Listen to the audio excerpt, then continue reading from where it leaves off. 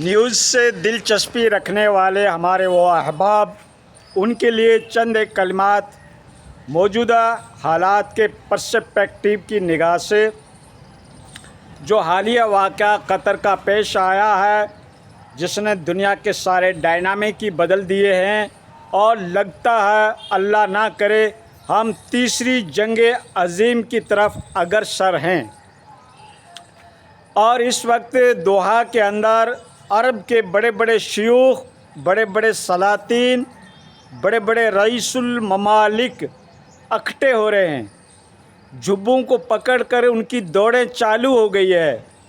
वो निगोशिएशन के लिए, लाए अमल बनाने के लिए, अपनी मुस्तकबिल की ट्रांसपेरेंसी हासिल करने के लिए और अपनी बका और अपने सस्टेंस के लिए वो एफर्ट कर रहे हैं, कोशिश कर रहे हैं कि किस तरीके से हमारी कंट्रियों का, हमारे ये मुर्गो मुसल्लम का, हमारी ये जदीद हुरमा का, ये सग़ीर हुरमा का किस तरीके से हम सस्टेंस कर पाएंगे, किस तरीके से इसकी सर्वेलेंस कर पाएंगे, उसके लिए उनकी मुशावरत हो रही है। जब खुद की मारी गई तब इससे पहले उन्हीं के भाई, उन्हीं के कलमा शरीक भाई, उन्हीं की उम्मत के अफराद चंद ही फासले के ऊपर बेचारे घास खाने के ऊपर बच्चे मजबूर थे।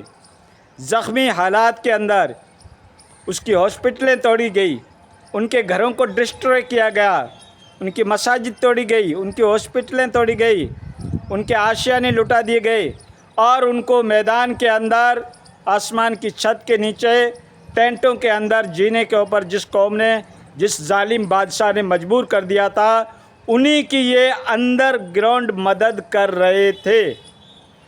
उन्हीं के ऊपर इनका इन्हिसार था बका का।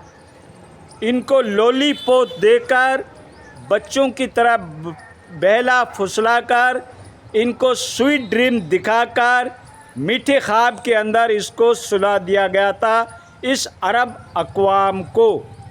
क्या आप तो मुर्गो मुसल्लम तोड़ते रहो, आपके भाई जाए बाढ़ में, उम्मत जाए बाढ़ में।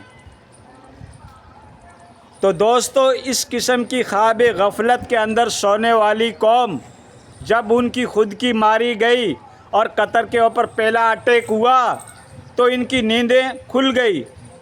इसके अंदर अवेयरनेस आई कि अरे ये क्या हो गया।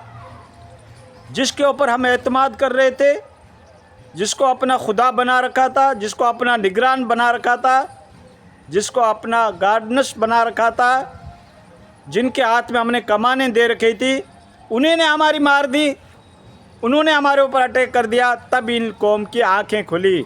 बहुत देर कर दी मेरे मसीहा, बीमार मोहब्बत की दवा लाते लाते। अब जगे हो तो क्या पार लोगे। कहते हम नेटो जैसी फ़ौज बना रहे हैं। हम क्या है कि तमाम अरब अक़वाम इकट्ठे होकर नेटो जैसी फ़ौज बना रहे हैं। बेटा, बोलना आसान है, बनाना इम्पॉसिबल।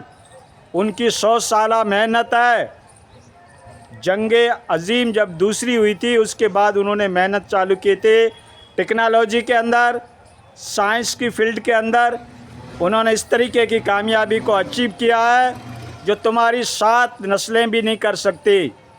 कहाँ से लाओगे F-35, कहाँ से लाओगे क्लाशनकोव, कहाँ से लाओगे लेज़र गाइडेड गन, कहाँ से लाओगे वो सर्वेलेंस का प्रोग्राम, वो नेट की ताकतें, जिन्होंने फ़िज़ाओं के ऊपर हुकूमतें कर रखी है।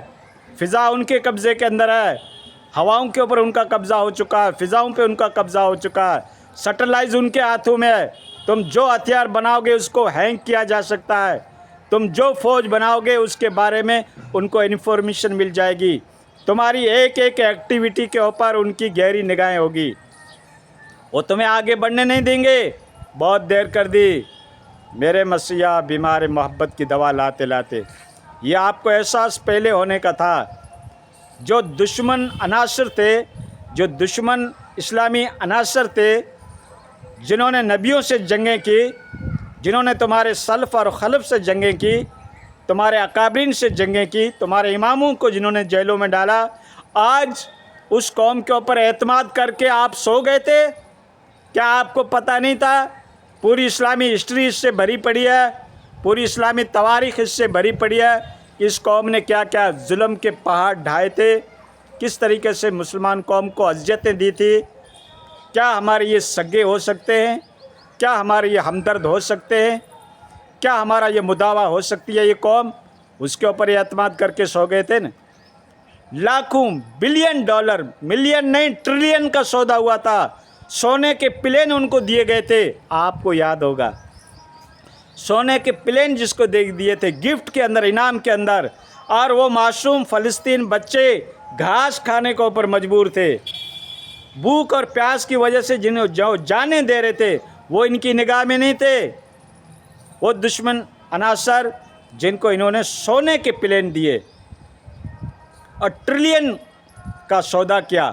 ट्रिलियन गिनते गिनते आपकी पीढ़ियाँ निकल जाएगी। 100 खरब का 1 ट्रिलियन होता है। तो दोस्तों, इन्होंने ऐसे सौदे किए। खुदा ने दौलत तो दी लेकिन अकल नहीं दी। अकल कहीं मोल से मिलती तो खैर मोल से वो ख़रीद लेते थे, दौलत उनके पास कोई कमी नहीं थी। लेकिन अकल मोल नहीं मिलती, अकल बाज़ार में नहीं मिलती। ठीक है ना दोस्तों? हाँ, तो उन लोगों ने अपनी अकलें इस्तेमाल नहीं की, दौलत ज़रूर इस्तेमाल की और भरोसा कर बैठे कि यही हमारे मुहाफ़िज़ हैं, यही हमारे निगरान हैं, यही हमारे कस्टोडियन हैं, यही हमको बचा लेंगे।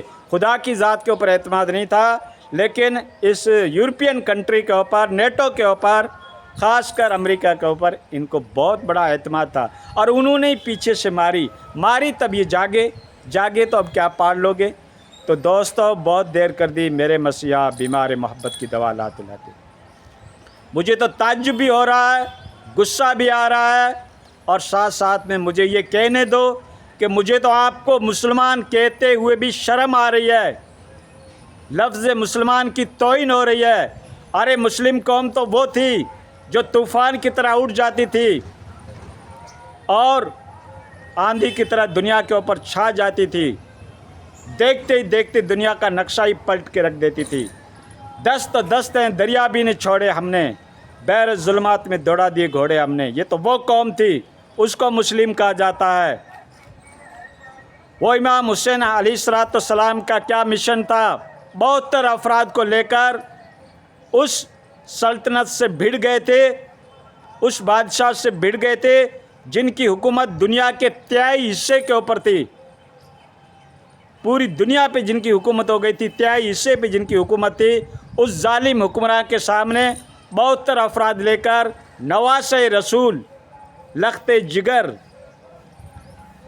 फातिमा के नूरे नज़र और जन्नत के नौजवानों के सरदार इमाम हुसैन अलैहिस्सलाम 72 अफराद को लेकर उनसे भिड़ गए थे। आज तुम्हारी आबादी 1 अरब 90 करोड़ की है, लेकिन ये ठाकर ने हिजड़ों की फ़ौज बना रखी है। मुझे कहने दो, माफ़ करना, आपके दिल भी मजरूह होते होंगे मेरा जो वीडियो सुन रहे हैं, लेकिन हकीकत यही है, रियलिटी यही है। झूठी तारीफ़ें हम क्यों करें? हाँ, थी वो कौम, लेकिन अब उस रह गई रस्म आज़ा, रूह बिलाली न रही, फ़लसफ़ा रह गया, तलकीन गज़ाली न रही। कहाँ से हम वो नूरानियत लाएँ? रोज़ाना माएँ हुसैन नहीं जन्मती, रोज़ाना माएँ सुल्तान सलाहुद्दीन अय्यूबी नहीं जनती।